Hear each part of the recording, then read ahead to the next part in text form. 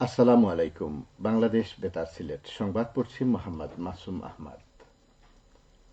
বাঙালি জাতির স্বাধিকার আন্দোলনের অন্যতম প্রধান মাইলফলক ৬৯-এর ঐতিহাসিক গণ অভ্যুত্থান দিবস ছিল গতকাল।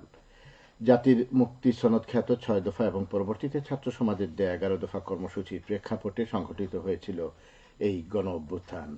সরকারি নিপীড়নের প্রতিবাদে ১৯৬৯ সালের ২০ জানুয়ারি ঢাকা বিশ্ববিদ্যালয়ের বটতলায় ছাত্রসভা ও প্রতিবাদ মিছিলের কর্মসূচি গ্রহণ করা হয়। এই মিছিলে পুলিশের গুলিতে ছাত্রনেতা আসাদুজ্জামান নিহত হলে আন্দোলন আরও তীব্র হয়। শহীদ আসাদের আত্মদানের পর ২১, ২২ ও ২৩ জানুয়ারি শোক পালনের মধ্য দিয়ে সর্বস্তরের জনগণের স্বতঃস্ফূর্ত অংশগ্রহণে ২৪ জানুয়ারি অভূতপূর্ব গণ অভ্যুত্থানের সৃষ্টি হয়। পাকিস্তানি সামরিক শাসক উৎখাতের লক্ষ্যে ১৯৬৯ সালের ২৪ জানুয়ারি সংগ্রামী জনতা শাসক গোষ্ঠীর দমন পীড়ন ও সান্ধ্য আইন ভঙ্গ করে মিছিল বের করে। মিছিলে পুলিশের গুলিবর্ষণে এদিন ঢাকায় সচিবালয়ের সামনে রাজপথে নবকুমার ইনস্টিটিউটের নবম শ্রেণীর ছাত্র কিশোর মতিউর রহমান ও রুস্তম শহীদ হন। ৬৯-এর গণঅভ্যুত্থানের মধ্য দিয়ে সামরিক স্বৈরশাসক আইয়ুব খানের পতন ঘটে। সেই থেকে ২৪ জানুয়ারি গণ অভ্যুত্থান দিবস হিসেবে পালিত হয়ে আসছে। দিবসটি উপলক্ষে প্রধান উপদেষ্টা অধ্যাপক ডক্টর মোহাম্মদ ইউনূস বাণী দিয়েছেন। সারা দেশের মতো সিলেটেও যথাযোগ্য মর্যাদায় বিভিন্ন সামাজিক, সাংস্কৃতিক ও রাজনৈতিক সংগঠন নানা কর্মসূচির মধ্য দিয়ে দিবসটি পালন করে। আন্তর্জাতিক শিক্ষা দিবস ছিল গতকাল। দিবসটি প্রতি বছর ২৪ জানুয়ারি পালিত হয়। ২০১৮ সালে জাতিসংঘের সাধারণ পরিষদ শিক্ষা উন্নয়ন ও শান্তির প্রতি গুরুত্ব আরোপ করে এই দিবস ঘোষণা করে। জাতিসংঘের ইউনেস্কো জানিয়েছে, বৈষম্য কমানোর জন্য শিক্ষা সবচেয়ে কার্যকর মাধ্যম। শিক্ষা কেবলমাত্র যুদ্ধ সংঘাতের পর পুনর্গঠনের মাধ্যম নয়, এটি সংঘাত প্রতিরোধেরও মূল উপাদান। কেবল শিক্ষার সুযোগ নয়, মান উন্নয়নেও জোর দেওয়া প্রয়োজন। পাঠ্যক্রমে মানবিক মূল্যবোধ, অহিংসা এবং শান্তি শিক্ষা অন্তর্ভুক্ত করা, অনলাইন শিক্ষা এবং ডিজিটাল প্রযুক্তির মাধ্যমে পিছিয়ে পড়া অঞ্চলে শিক্ষা ছড়িয়ে দেওয়া। ২০২৪-২৫ শিক্ষাবর্ষে বেসরকারি মেডিকেল কলেজের এমবিবিএস কোর্সে দেশি শিক্ষার্থীদের ভর্তি বিজ্ঞপ্তি প্রকাশ করা হয়েছে। বিজ্ঞপ্তি অনুসারে ভর্তির অনলাইন আবেদন শুরু হবে আগামী ৩রা ফেব্রুয়ারি থেকে, আর ভর্তি কার্যক্রম শুরু হবে আগামী ৩রা এপ্রিল থেকে। স্বাস্থ্য শিক্ষা অধিদপ্তরের অতিরিক্ত মহাপরিচালক চিকিৎসা শিক্ষা অধ্যাপক ডাক্তার রুবিনা ইয়াসমিন স্বাক্ষরিত এক বিজ্ঞপ্তিতে বিস্তারিত জানানো হয়েছে।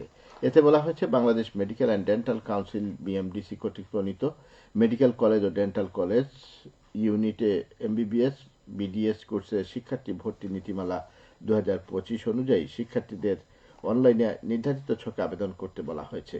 এজন্য ফি নির্ধারণ করা হয়েছে ৩০০ টাকা। অবশেষে জেঁকে বসেছে মাঘের শীত। ঘন কুয়াশার চাদরে ঢাকা সিলেট। গতকাল সারাদিন সূর্যের দেখা মেলেনি।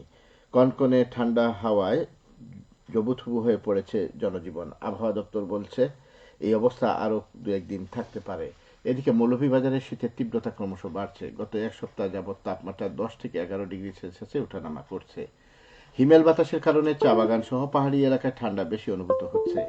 তাপমাত্রা আরও কমার শঙ্কা রয়েছে। সন্ধ্যার পর গ্রাম, হাওর বা চা বাগান এলাকার বাসিন্দারা ঘরের ভেতরেও ঠান্ডার কারণে অতিষ্ঠ হয়ে পড়েছেন।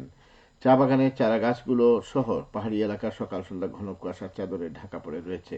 ঠান্ডার সাথে পাল্লা দিয়ে শুরু হওয়া হিমেল বাতাসের কারণে ছড়াতে পারেনি সূর্যের তীব্রতা। এতে চা শ্রমিক সহ খেটে খাওয়া লোকজন পড়েছেন বিপাকে। ঘন কুয়াশার কারণে মহাসড়ক সহ আঞ্চলিক সড়ক থেকে হেডলাইট জ্বালিয়ে ঝুঁকি নিয়ে চলছে যানবাহন। গৃহপালিত পশু পাখি ঠান্ডাজনিত বিভিন্ন রোগে আক্রান্ত হচ্ছে। বনের পশুরা ঠান্ডায় কাবু হয়ে খাদ্য সংগ্রহ ছেড়ে নিরাপদ আবাসস্থল খুঁজছে।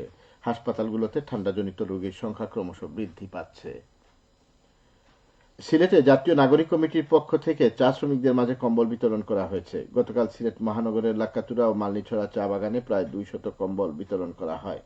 বিতরণকালে উপস্থিত ছিলেন জাতীয় নাগরিক কমিটির কৃষি সম্পাদক গোলাম মর্তুজা সেলিম, বৈষম্য বিরোধী ছাত্র আন্দোলনের কেন্দ্রীয় সহ সমন্বয়ক ফয়সাল হোসেন, জাতীয় নাগরিক কমিটির সিলেট জেলা ও মহানগরের সংগঠকবৃন্দ এবং শাহজালাল বিজ্ঞান ও প্রযুক্তি বিশ্ববিদ্যালয় ও সিলেট কৃষি বিশ্ববিদ্যালয়ের সমন্বয়করা।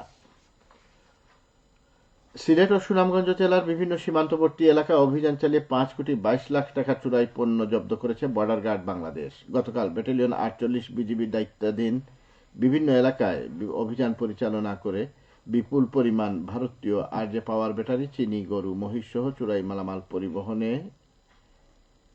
ব্যবহৃত সিএনজি এবং মোটরসাইকেল আটক করে।